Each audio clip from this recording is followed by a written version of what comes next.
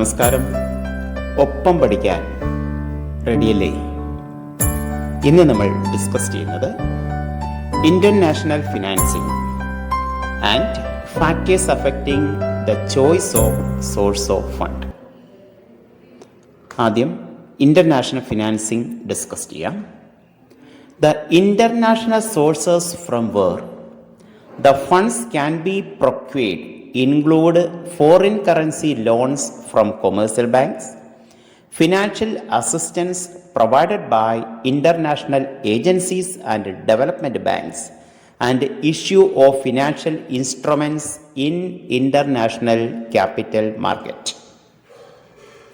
ഒരു കമ്പനിക്ക് ആവശ്യമായ മൂലധനം അന്താരാഷ്ട്ര ഏജൻസികളിൽ നിന്ന്, അതേപോലെ തന്നെ ഫോറിൻ കറൻസി ലോൺ കൊമേഴ്സ്യൽ ബാങ്കിൽ നിന്നും വിദേശ നാണ്യ ലോൺ സ്വീകരിക്കുക, മറ്റ് ഡെവലപ്മെൻ്റൽ ബാങ്കുകളിൽ നിന്നുമൊക്കെ സാമ്പത്തിക സഹായങ്ങൾ തേടുക, അതുപോലെ തന്നെ ഇൻ്റർനാഷണൽ ക്യാപിറ്റൽ മാർക്കറ്റിൽ ഫിനാൻഷ്യൽ ഇൻസ്ട്രുമെൻറ്റ്സ് ഇഷ്യൂ ചെയ്തുകൊണ്ട് മൂലധനം സ്വരൂപിക്കുക.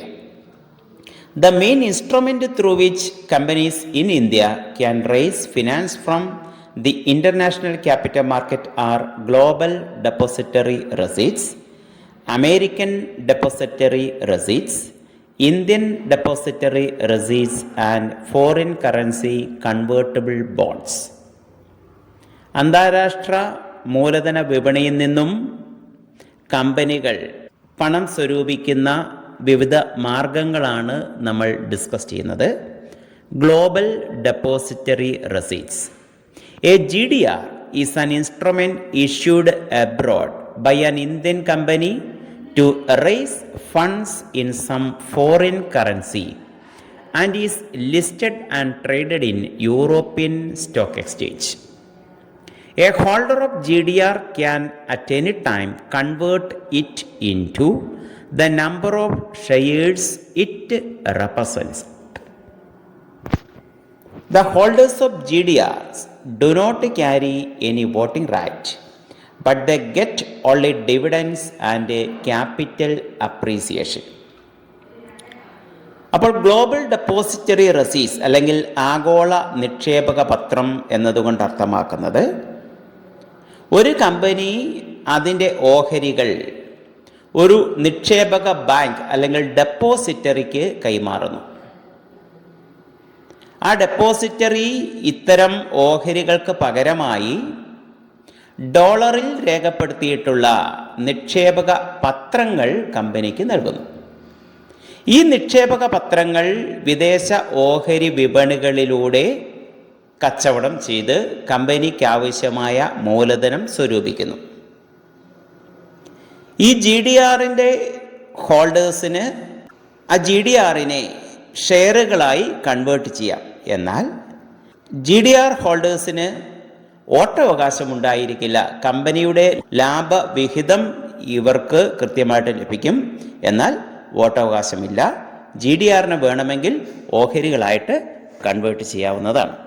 Then American depository receipts ADR. The depository receipts issued by a company in USA are known as American depository receipts. ADRs are bought and sold in American capital market like regular stocks. It is similar to a GDR except that it can be issued only to American citizens and can be listed and traded on a stock exchange of USA. So അമേരിക്കയിലെ ഓഹരി വിപണിയിലൂടെ അമേരിക്കയിലെ പൗരന്മാർക്ക് വിതരണം ചെയ്യുന്ന നിക്ഷേപക പത്രങ്ങളെയാണ് നമ്മൾ American depository receipts എന്ന് വിളിക്കുന്നത്. ഇവ സാധാരണ ഓഹരികളെ പോലെ തന്നെ കൈമാറ്റം ചെയ്യാൻ പറ്റുന്നതാണ്. ജി ഡി ആറും എ ഡി ആറും തമ്മിലുള്ള പ്രത്യക്ഷത്തിലുള്ള വ്യത്യാസം, ജി ഡി ആർ സാധാരണഗതിയിൽ യൂറോപ്യൻ ഓഹരി വിപണിയിൽ കൈകാര്യം ചെയ്യുമ്പോൾ എ ഡി ആർ അമേരിക്കൻ ഓഹരി വിപണികളിലായിരിക്കും ക്രയവിക്രയം ചെയ്യുന്നത്. Then Indian depository receipts. An Indian depository receipt is a financial instrument denominated in Indian rupees in the form of a depository receipts. It is created by an Indian depository to enable a foreign company to raise funds from the Indian securities market.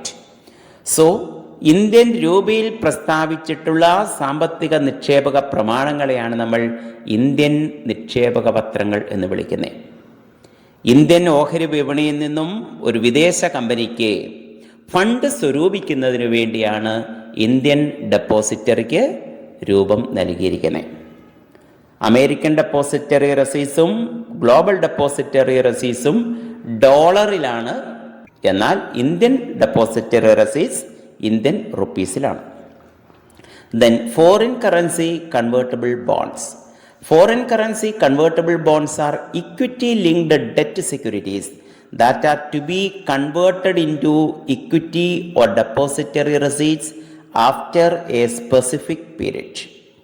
The FCCBs are issued in a foreign currency and carry a fixed interest rate. FCCBs are listed and traded in foreign stock exchange. So സാധാരണ ഓഹരികളുമായി ബന്ധിപ്പിച്ചിട്ടുള്ള കടപ്രമാണങ്ങളെയാണ് നമ്മൾ വിദേശ നാണ്യ പരിവർത്തന ബോണ്ടുകൾ എന്ന് വിളിക്കുന്നത്. ഒരു നിശ്ചിത കാലാവധിക്ക് ശേഷം ഇത്തരം ബോണ്ടുകൾ സാധാരണ ഓഹരികളായോ നിക്ഷേപക പത്രങ്ങളായോ മാറ്റാവുന്നതാണ്.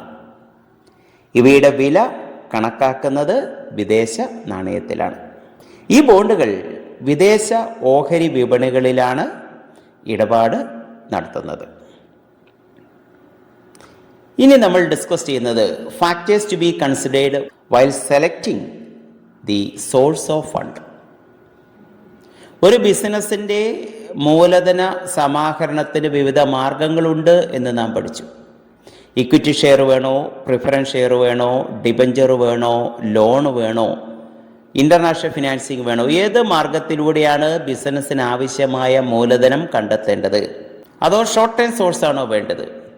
സോ ഇവയെ സംബന്ധിച്ച ഒരു തീരുമാനമെടുക്കുമ്പോൾ എന്തൊക്കെ കാര്യങ്ങൾ നാം പരിഗണിക്കണം? ഒന്ന്, cost. The cost of procurement of fund and cost of utilising the fund should be taken.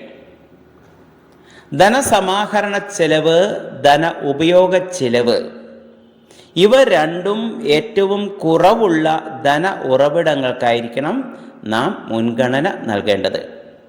ലോണാണ് എടുക്കുന്നതെങ്കിൽ അതിന് പലിശയുണ്ടാവാം. ഷെയറാണ് ഇഷ്യൂ ചെയ്യുന്നതെങ്കിൽ ലാഭവിഹിതം നൽകണം. അതുപോലെ തന്നെ ഈ പണം സ്വരൂപിക്കുന്നതുമായി ബന്ധപ്പെട്ട അണ്ടർ റൈറ്റിംഗ് കമ്മീഷൻ ഉണ്ടാവാം. അതുപോലെ തന്നെ ലോണിന് പ്രോസസ്സിംഗ് ചാർജ് ഉണ്ടാകും. ഇങ്ങനെ വിവിധ തരം ചെലവുകളുണ്ട്. ഈ ചെലവുകളെല്ലാം മിനിമൈസ് ചെയ്യുന്ന മാർഗം ഏതോ അതിന് നാം മുൻഗണന നൽകണം എന്ന് സാരം. Then purpose and time period. Business should plan for fund according to the time period for which the funds are required. A short term need can be met through trade credit, commercial paper, etcetera. For long-term finance, issue shares and debentures are suitable.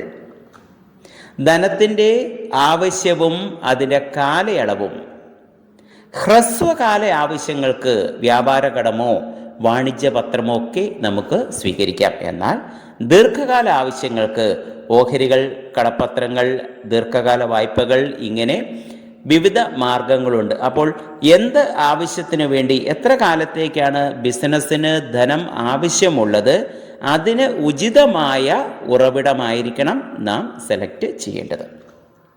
Then control. Business firm should choose a source of finance keeping in mind the extent to which they are willing to share their control over business. നിലവിലുള്ള ഓഹരി ഉടമകൾക്ക് ബിസിനസ്സിലുള്ള നിയന്ത്രണ അവകാശം പങ്കുവെക്കാനുള്ള മനസ്സുണ്ടോ ഇല്ലയോ? ബിസിനസ്സിന് ആവശ്യമായ മൂലധനത്തിന് അധികമായി equity share issue ചെയ്യാൻ നമ്മൾ താല്പര്യപ്പെടണമെങ്കിൽ നിലവിലുള്ള ഇക്വിറ്റി ഷെയർ ഹോൾഡേഴ്സിൻ്റെ റൈറ്റ്, അവരുടെ കൺട്രോൾ കുറയും. അപ്പോൾ ഇങ്ങനെ കൺട്രോൾ കുറയ്ക്കുവാൻ ഇവർക്ക് മനസ്സില്ലെങ്കിൽ ഡിബഞ്ചറോ പ്രിഫറൻസ് ഷെയറോ ഒക്കെ ഇഷ്യൂ ചെയ്യുക, അല്ലെങ്കിൽ മറ്റേതെങ്കിലും മാർഗത്തിലൂടെ പണം കണ്ടെത്തേണ്ടിയിരിക്കുന്നു. Then flexibility. Flexibility means that If needed, the amount of capital in the business could be increased or decreased easily. Reducing the amount of capital in business is possible only in case of debt capital or preference share capital.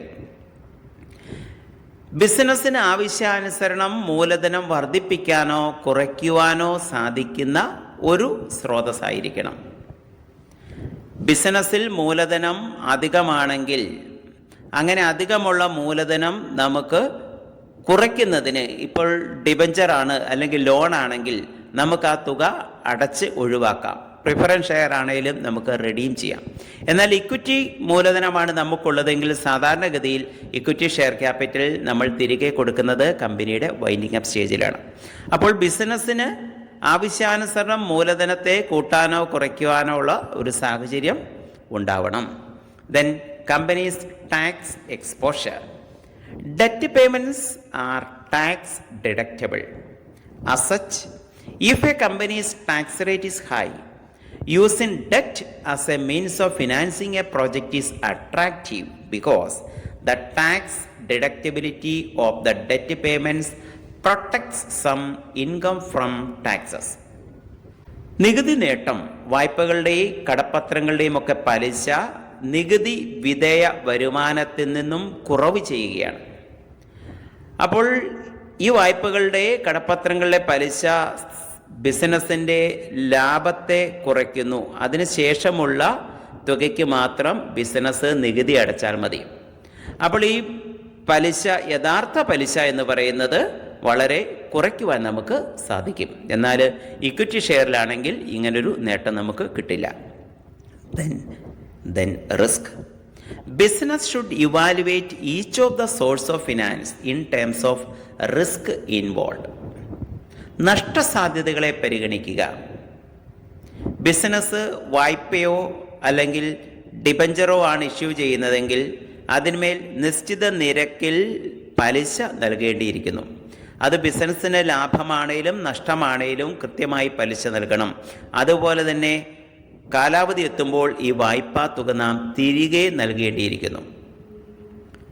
അപ്പോൾ ഒരു സ്രോതസ്സ് നാം select ചെയ്യുമ്പോൾ അതിൻ്റെ നഷ്ടസാധ്യതകൾ കൂടി പരിഗണിക്കേണ്ടിയിരിക്കുക. അപ്പോൾ നഷ്ടസാധ്യത പരിഗണിക്കുമ്പോൾ നമുക്ക് കുറച്ചും കൂടി ഉചിതം എന്ന് തോന്നുന്നത് ഇക്വിറ്റി ഷെയർ ആയിരിക്കും. കാരണം ലാഭമുണ്ടെങ്കിൽ മാത്രം ഇക്വിറ്റി ഷെയർ ഹോൾഡേഴ്സിന് ലാഭവിഹിതം നൽകിയാൽ മതി. അതേസമയം അധിക ഇക്വിറ്റി ഷെയർ ഇഷ്യൂ ചെയ്യുമ്പോൾ നിലവിലുള്ള ഷെയർ ഹോൾഡേഴ്സിൻ്റെ കൺട്രോളിൽ കുറവ് വരുന്നു എന്ന കാര്യം കൂടി ഓർമ്മിക്കണം. Then form of organization.